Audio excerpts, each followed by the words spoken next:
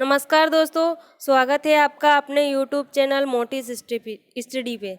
दोस्तों, आज हम चर्चा करेंगे बाल विकास के टॉप मोस्ट प्रश्नों पे, जो कि बुद्धि से संबंधित हैं। सी टेट, रीट, वर्ग 3 और सुपर टेट सभी एग्ज़ाम में पूछे जाते हैं।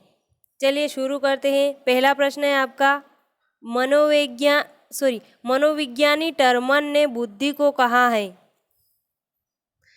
तो अमूर्त वस्तुओं के संबंध में चिंतन की योग्यता। ऑप्शन नंबर पहला बिल्कुल सही है। मनोविज्ञान टर्मन ने बुद्धि को अमूर्त वस्तुओं के संबंध में चिंतन की योग्यता कहा है। प्रश्न नंबर दूसरा है, मनुष्य जो कुछ बनता है उस पर वातावरण का प्रभाव पड़ता है। यह शब्द कहे हैं।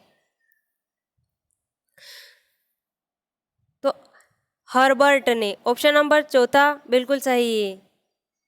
अगला प्रश्न है, शास्त्रीय अनुबंध अधिगम सिद्धांत के प्रवर्तक है।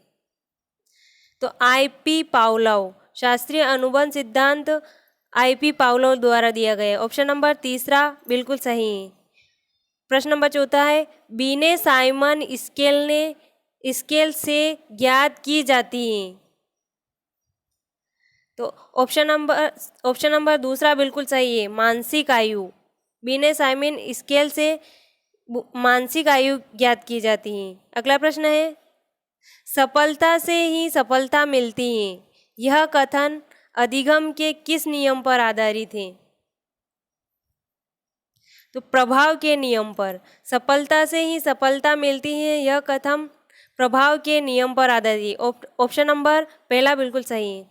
मनोविज्ञान के साहचर्यवाद संप्रदाय के जनक हैं। ऑप्शन नंबर चौथा बिल्कुल सही है, जॉन लॉक। अगला प्रश्न है,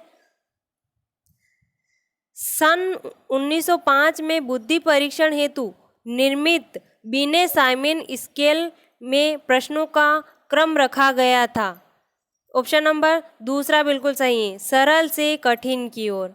अगला प्रश्न है, एक बालक जिसकी बुद्धि लब्धि 85 है, उसे किस वर्ग में रखेंगे? ऑप्शन नंबर तीसरा, मंद बुद्धि बालक। 85 है, किसी बालक की बुद्धि लब्धि 85 है तो उसे मंद बुद्धि की श्रेणी में रखा जाएगा। अगला प्रश्न है, कौन सा बुद्धि परीक्षण वैयक्तिक क्रियात्मक परीक्षण है? तो अगला प्रश्न है, ऑप्शन नंबर दूसरा बिल्कुल सही है, आर्मी अल्का टेस्ट। अगला प्रश्न है, जॉन डीवी ने बल दिया है।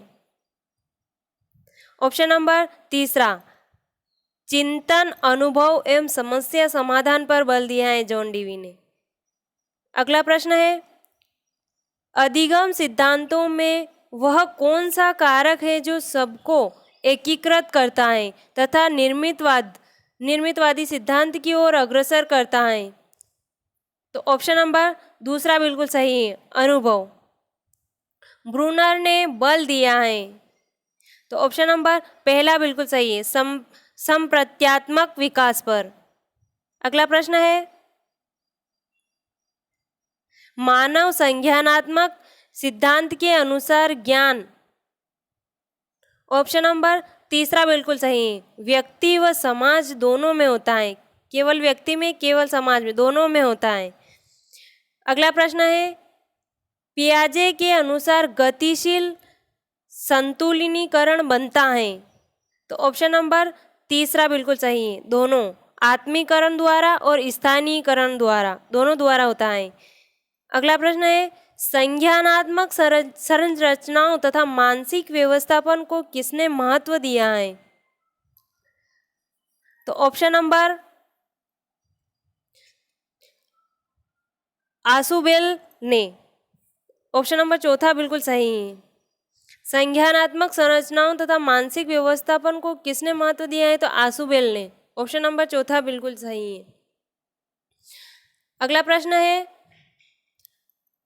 प्रतिभावान छात्र की बुद्धि लब्धि होती है। तो ऑप्शन नंबर पहला बिल्कुल सही है, 140 से ऊपर। प्रतिभावान छात्र की बुद्धि लब्धि 140 से ऊपर होती हैं। अगला प्रश्न है, सॉरी ये रिपीट हुआ है। अगला है, बुद्धि लब्धि ज्ञात करने का सूत्र है। तो ऑप्शन नंबर तीसरा बिल्कुल सही है। बुद्धि लब्धि ज्ञात करने का सूत्र है बुद्धि लब्धि बराबर मानसिक आयु बटे वास्तविक आयु गुणित 100। अगला प्रश्न है, गिलफोर्ड ने कौन सा बुद्धि सिद्धांत दिया है? तो ऑप्शन नंबर चौथा, उपयुक्त सभी, संक्रिया उत्पाद सिद्धांत, त्रिआयामी सिद्धांत, प्रज्ञा संरचना सिद्धांत, तीनों ही दिए हैं गिलफोर्ड ने। अगला प्रश्न है, बुद्धि का प्रकार नहीं है। तो ऑप्शन नंबर पहला बिल्कुल सही है, मानसिक बुद्धि। ये बुद्धि का प्रकार नहीं है, बाकी तीनों बुद्धि के प्रकार है, मूर्त बुद्धि, अमूर्त बुद्धि और सामाजिक बुद्धि। अगला प्रश्न है, किस सिद्धांत का आधार फ्रायड एवं जुंग की धारणाएं हैं? तो ऑप्शन नंबर पहला बिल्कुल सही है, मनोविश्लेषणात्मक सिद्धांत। ये थे टॉप मोस्ट बाल बुद्धि से संबंधित प्रश्न जो कि सभी एग्जाम में पूछे जाते हैं। अच्छा लगता है तो वीडियो को लाइक, शेयर और चैनल को सब्सक्राइब ज़रूर करिएगा। धन्यवाद। मिलते हैं एक नए अपडेट के साथ। जय हिंद, जय भारत।